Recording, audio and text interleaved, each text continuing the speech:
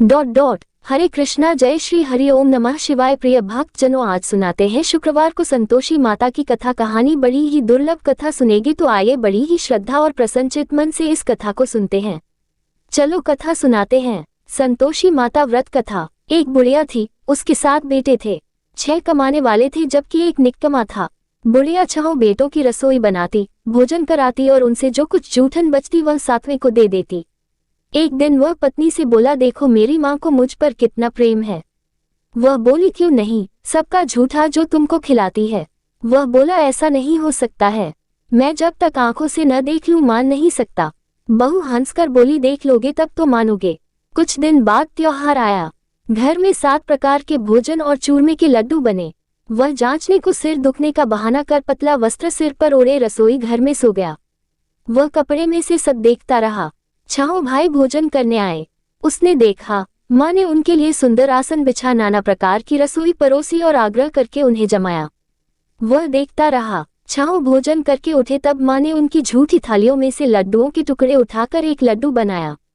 जूठन साफ कर बुढ़िया माँ ने उसे पुकारा, बेटा 6 भाई भोजन कर गए, अब तू ही बाकी है, उठ तू कब खाएगा। वह कहने लगा, माँ मुझे भोजन नहीं करना, मैं अब परदेश जा रहा हूँ। माँ ने कहा, कल जाता हो तो आज चला जा। वह बोला, हाँ आज ही जा रहा हूँ। ये कहकर वह घर से निकल गया। 7वें बेटे का परदेश जाना। चलते समय पत्नी की याद आ गई। वह गौशाला में कंडे उपले थाप रही थी। वहां जाकर बोला, हम जावे परदेश आवेंगे कुछ काल, तुम रहियो संतोष से धर्म आपनो पाल। वह बोली, जाओ पिया आनंद से हमारो सोच हटाया, राम भरोसे हम रहे ईश्वर तुम्हें सहाय। 2 निशानी आपन देख धरू में धीर, सुधी मति हमारी बिसारियो रखियो मन गंभीर। वह बोला, मेरे पास तो कुछ नहीं, यह अंगूठी है सो ले और अपनी कुछ निशानी मुझे दे। वह बोली, मेरे पास क्या है, ये गोबर भरा हाथ है। ये कहकर उसकी पीठ पर गोबर के हाथ की थाप मार दी। वह चल दिया। चलते चलते दूर देश पहुंचा। परदेश में नौकरी। वहां एक साहूकार की दुकान थी। वहां जाकर कहने लगा, भाई मुझे नौकरी पर रख लो। साहूकार को जरूरत थी, बोला रह जा। लड़के ने पूछा, तनख्वाह क्या दोगे। साहूकार ने कहा, काम देखकर दाम मिलेंगे। साहूकार की नौकरी मिली। वह सुबह 7 बजे से 10 बजे तक नौकरी बजाने लगा। कुछ दिनों में दुकान का सारा लेन देन, हिसाब किताब, ग्राहकों को माल बेचना सारा काम करने लगा। साहूकार के 7-8 नौकर थे, वे सब चक्कर खाने लगे, ये तो बहुत होशियार बन गया। सेठ ने भी काम देखा और 3 महीने में ही उसे आधे मुनाफे का हिस्सेदार बना लिया। वह कुछ वर्ष में ही नामी सेठ बन गया और मालिक सारा कारोबार उस पर छोड़कर चला गया। पति की अनुपस्थिति में सास का अत्याचार।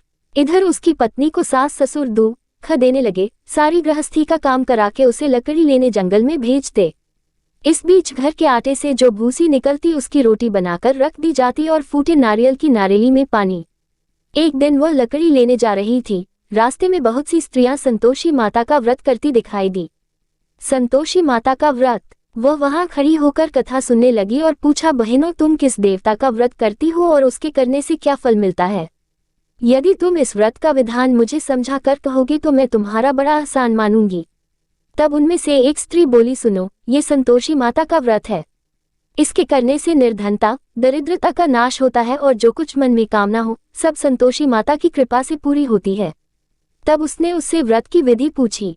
संतोषी माता व्रत विधि। वह भक्तिनी स्त्री बोली, 1.25 आने का गुड़ चना लेना, इच्छा हो तो 5.25 आने का लेना या 1.25 रुपए का भी सहूलियत के अनुसार लाना। बिना परेशानी और श्रद्धा व प्रेम से जितना भी बन पड़े सवाया लेना। प्रत्येक शुक्रवार को निराहार रहकर कथा सुनना, इसके बीच क्रम टूटे नहीं, लगातार नियम पालन करना। सुनने वाला कोई न मिले तो घी का दीपक जला उसके आगे या जल के पात्र को सामने रखकर कथा कहना। जब कार्य सिद्ध न हो नियम का पालन करना और कार्य सिद्ध हो जाने पर व्रत का उद्यापन करना। 3 मास में माता फल पूरा करती है। यदि किसी के ग्रह खोटे भी हों तो भी माता वर्ष भर में कार्य सिद्ध करती है। फल सिद्ध होने पर उद्यापन करना चाहिए, बीच में नहीं। उद्यापन में 2.5 सेर आटे का खाजा तथा इसी परिमाण से खीर तथा चने का साग करना। 8 लड़कों को भोजन कराना, जहाँ तक मिले देवर जेठ भाई बंधु के हों, न मिले तो रिश्तेदारों और पास पड़ोसियों को बुलाना। उन्हें भोजन करा यथाशक्ति दक्षिणा दे माता का नियम पूरा करना। उस दिन घर में खटाई न खाना। ये सुन बुढ़िया के लड़के की बहू चल दी। व्रत का प्रण करना और माँ संतोषी का दर्शन देना। रास्ते में लकड़ी के बोझ को बेच दिया और उन पैसों से गुड़ चना ले माता के व्रत की तैयारी कर आगे चली और सामने मंदिर देखकर पूछने लगी, यह मंदिर किसका है? सब कहने लगे संतोषी माता का मंदिर है। ये सुनकर माता के मंदिर में जाकर चरणों में लौटने लगी। दीन हो विनती करने लगी, माँ मैं निपट अज्ञानी हूँ, व्रत के कुछ भी नियम नहीं जानती, मैं दुखी हूँ। हे माता जगत जननी मेरा दुख दूर कर, मैं तेरी शरण में हूँ। माता को दया आया। एक शुक्रवार बीता कि दूसरे को उसके पति का पत्र आया और तीसरे शुक्रवार को उसका भेजा हुआ पैसा आ पहुंचा। ये देख जेठ जेठानी मुंह सिकोड़ने लगे। लड़के ताने देने लगे, काकी के पास पत्र आने लगे, रुपया आने लगा, अब तो काकी की खातिर बढ़ेगी। बेचारी सरलता से कहती, भैया कागज आवे रुपया आवे, हम सब के लिए अच्छा है। ऐसा कहकर आंखों में आंसू भरकर संतोषी माता के मंदिर में आ मातेश्वरी के चरणों में गिरकर रोने लगी। माँ मैंने तुमसे पैसा कब मांगा है? मुझे पैसे से क्या काम है? मुझे तो अपने सुहाग से काम है। मैं तो अपने स्वामी के दर्शन मांगती हूँ। तब माता ने प्रसन्न होकर कहा, जा बेटी तेरा स्वामी आएगा। ये सुनकर खुशी से बावली होकर घर में जा काम करने लगी। अब संतोषी माँ विचार करने लगी, इस भोली पुत्री को मैंने कह तो दिया कि तेरा पति आएगा, लेकिन कैसे? वह तो इसे स्वप्न में भी याद नहीं करता। उसे याद दिलाने को मुझे ही जाना पड़ेगा। इस तरह माताजी उस बुढ़िया के बेटे के पास जा स्वप्न में प्रकट हो कहने लगी, साहूकार के बेटे सो रहा है या जागता है?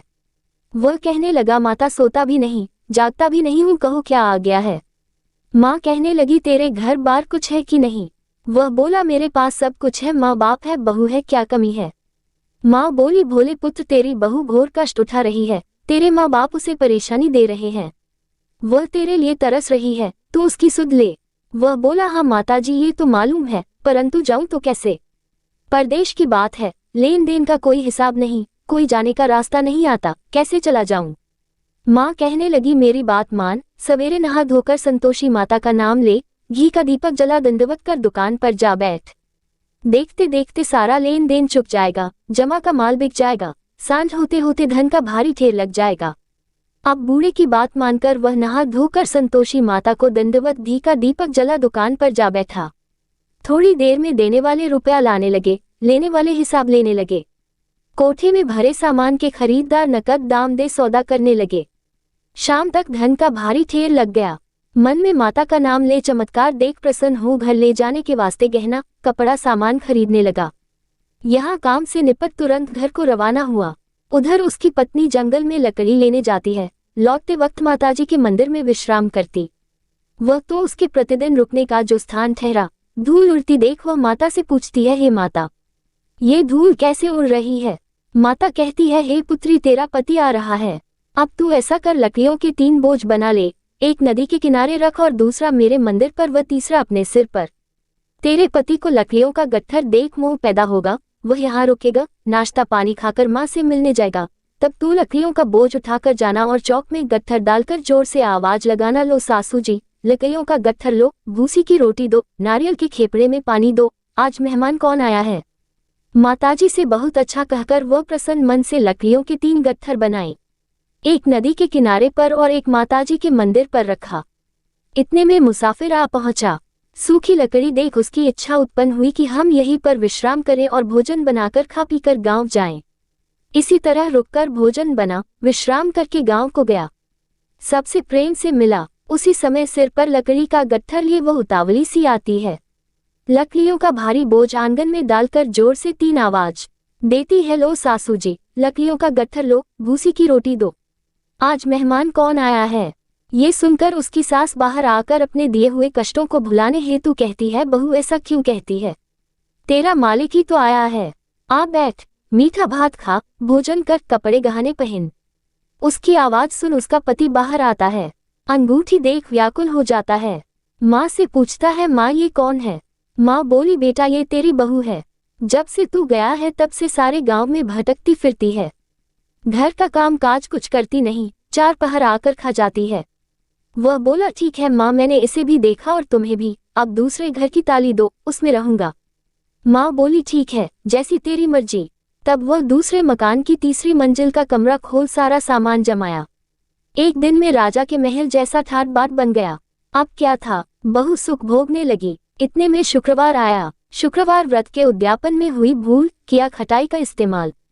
उसने पति से कहा, मुझे संतोषी माता के व्रत का उद्यापन करना है। पति बोला, खुशी से कर लो। वह उद्यापन की तैयारी करने लगी। जेठानी के लड़कों को भोजन के लिए कहने गई। उन्होंने मंजूर किया, परंतु पीछे से जेठानी ने अपने बच्चों को सिखाया, देखो भोजन के समय खटाई मांगना, जिससे उसका उद्यापन पूरा न हो।